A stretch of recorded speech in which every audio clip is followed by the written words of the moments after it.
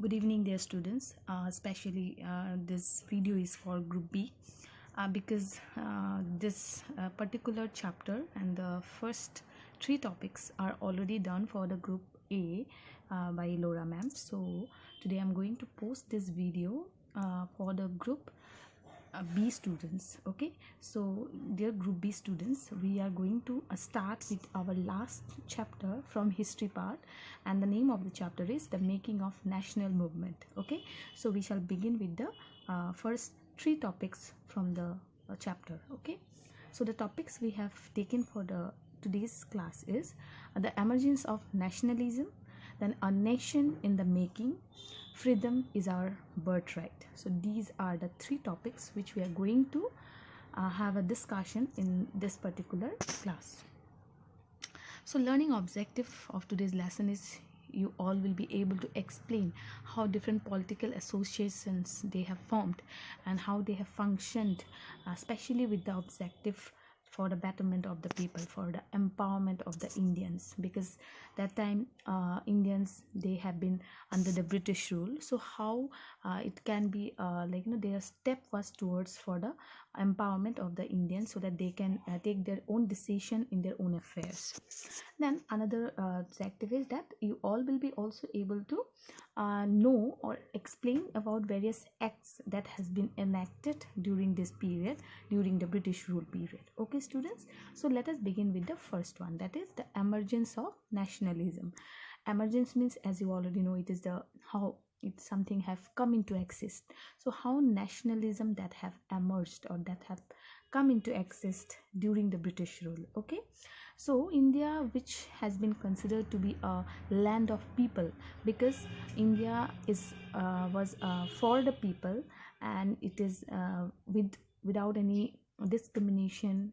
People have been living in the country without any discrimination of class, their color, caste, creed, language or gender. So India was the people of India, irrespective of all this discriminations. Okay, even its resources, whatever is available in the country, all have been meant for everyone. Okay, now but after the British rule, when British have started ruling over our nation, then they have started exercising their control over the resources and also over the people, the lives of the people. Now everything is under British rule. So this consciousness began to be clearly stated by the political associations formed after 1850. So after 1850, many political associations they have formed, especially those which have formed in the 1870s to 1880s. Many political associations have been formed. We will come to know which political associations basically have formed during this time and what was their objective. So the more important political associations are like Pune Sarvajanik Sabha, the Indian Association, the Madras Mahajan Sabha, then the Bombay Presidency Association and the Indian National Congress. So these are some of the important associations, political associations that have been formed during British rule. Now these associations, they have functioned in various parts of the country, not only in single region, because our India is a vast country. So in different parts, these political parties or political associations, they have formed, and their main goal was what? The goal were stated as the goals of all the people of India. So it was mainly for the betterment of the people of India. They believe, means these political associations, they believe that the Indian people should be empowered to take decisions regarding their affairs. Means we all should have the right to take our own decisions within the country. So no other country should interrupt in our country's decision or people's decision. Okay, so it should be means India should be, ultimately the meaning is that India should be free from the control of some other nation, that is especially that time it was British rule. Now in 1878 the Arms Act was passed. So there was an act passed by the British, and this Arms Act, what was the main objective? It was being which disallowed Indians from possessing arms. Means the Indian soldiers were not allowed to take the weapons in their armies or in their defense. Okay, so this act has, without any permission, the Indians were not allowed to possess any armed weapons. So during the same year, Vernacular Press Act was also enacted. Now another act was enacted, that is Vernacular Press Act. Was enacted in an effort to silence those who were critical of the British government, because that time British was ruling the country, and there are some press of our India who also criticized the government, the British administration.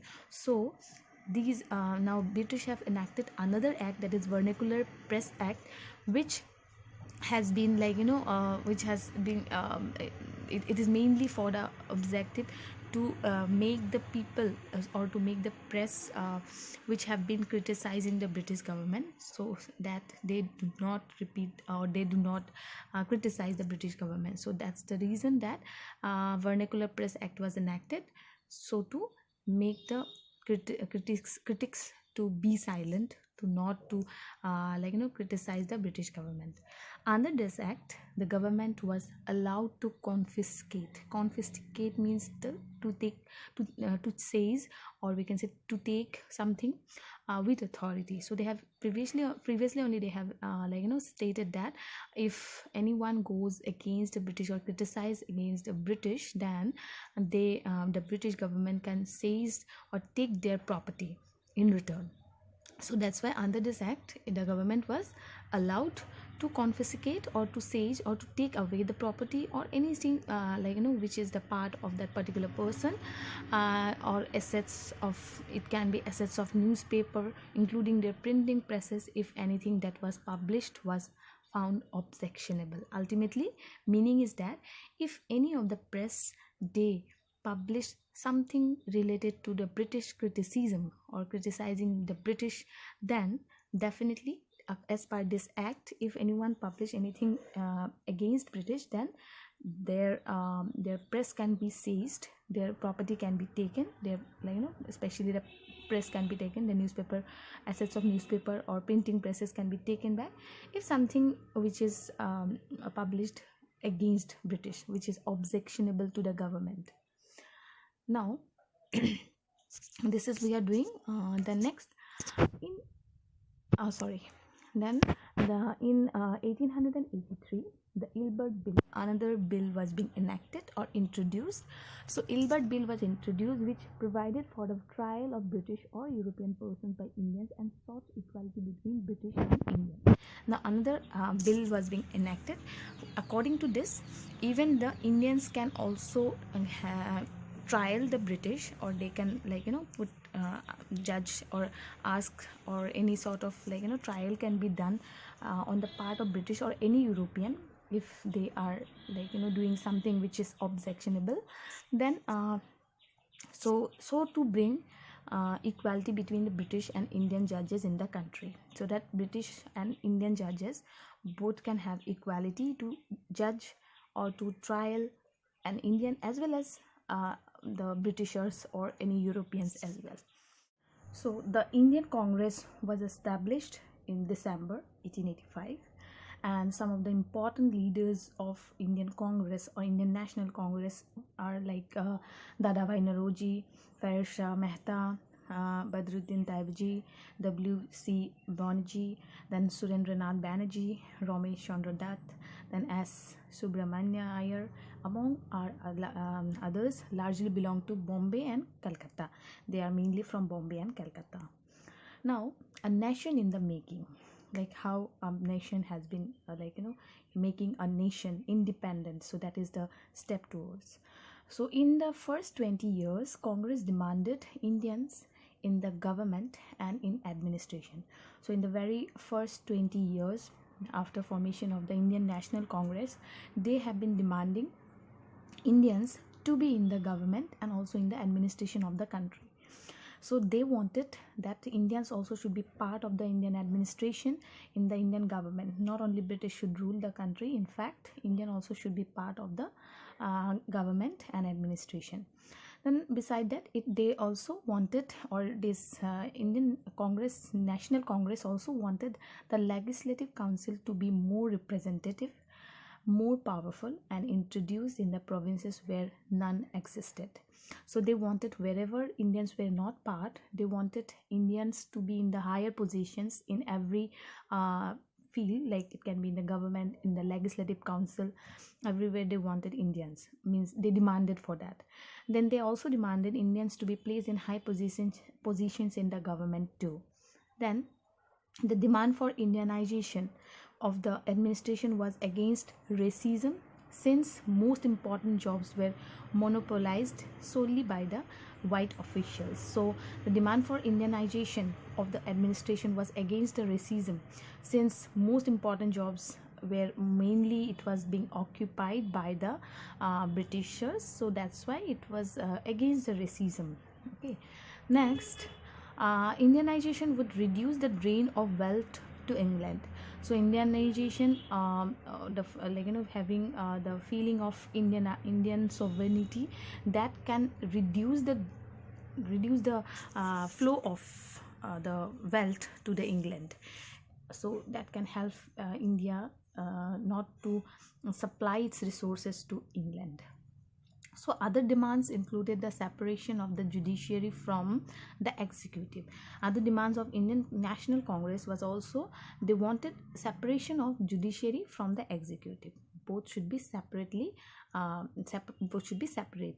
and the repeal means act of taking something back, and the repeal of the Arms Act, because in as per Arms Act you have seen that Indian arms were unable, they were not allowed to or they were disallowed to get the arms, or we can say weapons, okay, without any permission, kind of like that. So that's why they also demanded to repeal or take back the Arms Act. And freedom of speech and expression also they wanted or demanded. Then the Congress raised a number of economic issues too. The British rule led to poverty and famines. So as per the Indian National Congress, they also have put up some of the economic issues, like that due to the British rule there have been poverty and famine, because they have charges so much of taxes, revenue collection, and that's the reason that it has led to poverty and famine among the Indians. So they demanded reduction of revenue. As I told you, they have been charging more revenue, you have seen in our previous chapters also. Then cut in military expenditure. So they should cut the expenditure which are mostly given in the military. Instead of that, they should spend more funds for the irrigation to cultivate crops which are the demand or which are required for the consumption of the Indians. Then the Congress also passed many resolutions on the salt tax, treatment of Indian laborers abroad, and also sufferings of forest dwellers. So they have also passed many of the resolutions related to this. Then the moderate leaders published newspapers, wrote articles, and showed how British rule was leading to economic ruin of the country. Now in the Indian Congress there have been two you can say groups. One is moderate and another one is the, what is the another one? It is the radicals. Okay, so basically, first the moderate leaders published newspaper, they wrote articles and showed how British rule have ruined the economic life of the country or economic status of the country. They felt that the British had respect for the ideals of freedom and justice, and so they would accept the demands of Indians. So they also felt that British, they had respect for the ideals of the freedom. They also respect the ideals of freedom and justice. So they understand the meaning of justice and freedom.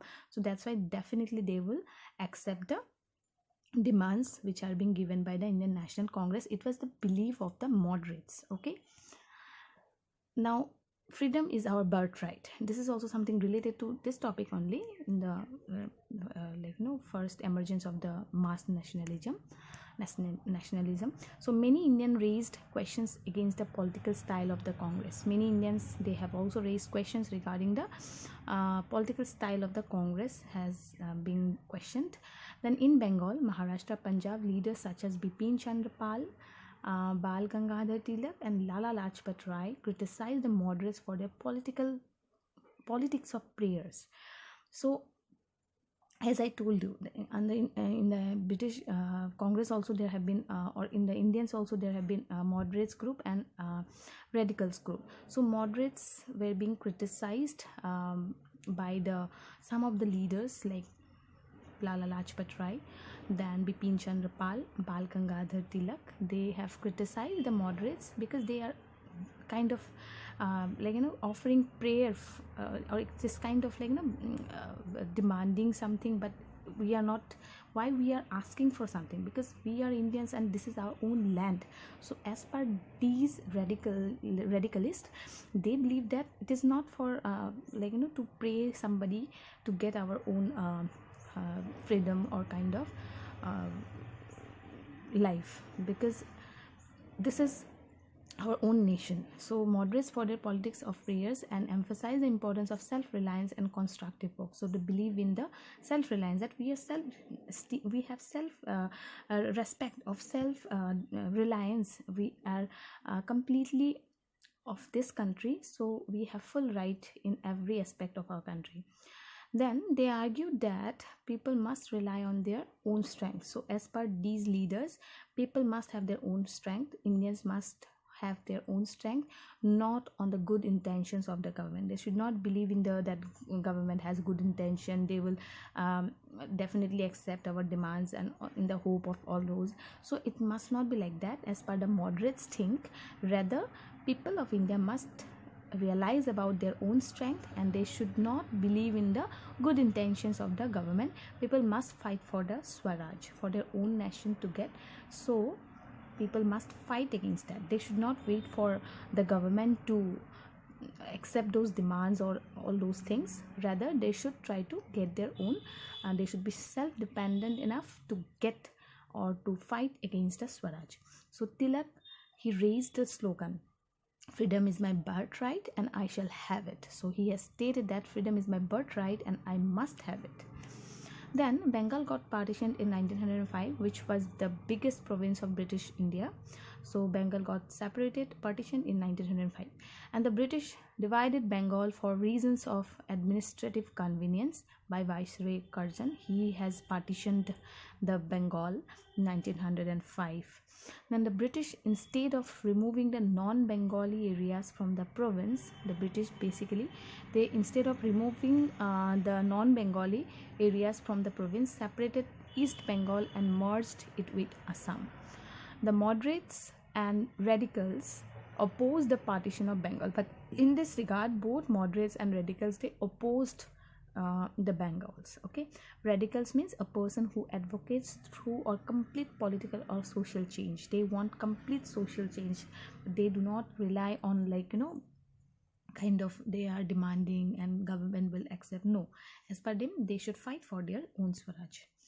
Then the mass protest and large public meetings led to Swadeshi movement. Swadeshi movement means like own country, demand for their own country, and strongest in Bengal and Deltaic Andhra. So it was strongest in Bengal as well as in Deltaic Andhra Pradesh. This is considered to be the Delta region of Andhra Pradesh, and it was known as the Vande Mataram movement in Andhra, and it was basically Swadeshi movement in Bengal. And the Swadeshi movement opposed British rule and encouraged the ideas of self-help, Swadeshi enterprise, national education, and the use of Indian languages. So Swadeshi movement completely opposed the British rule, and they have encouraged the ideas of self-help for our own nation. We should do it for our our freedom. And then also they have believed in the Swadeshi enterprises, national education, and also the use of Indian languages instead of the British language. Then some individuals suggested that revolutionary violence would be necessary to overthrow British rule. There have been some people who also believe in complete fight against the British. They thought that, or they want revolutionarily violence against the British to throw the British out of our nation. So All India Muslim League was founded by a group of Muslim landlords and Nawabs at Dhaka in 1906. It supported the partition of Bengal. So this Muslim League has supported the partition of Bengal. League desire, why did they support it? Because they desire to have a separate electoral for the Muslims. They want a separate um, part for the, or separate government or separate electoral rates for the Muslim, and demanded conceded by the governments in 1909. So the Congress that split in 1907 again, not again, I mean in the first way, the Congress split in 1907. After the split, the Congress came to be dominated by the moderates with Tilak's followers functioning from outside. So after split, the Congress came to be dominated by the moderates with Tilak's followers and functioning from outside.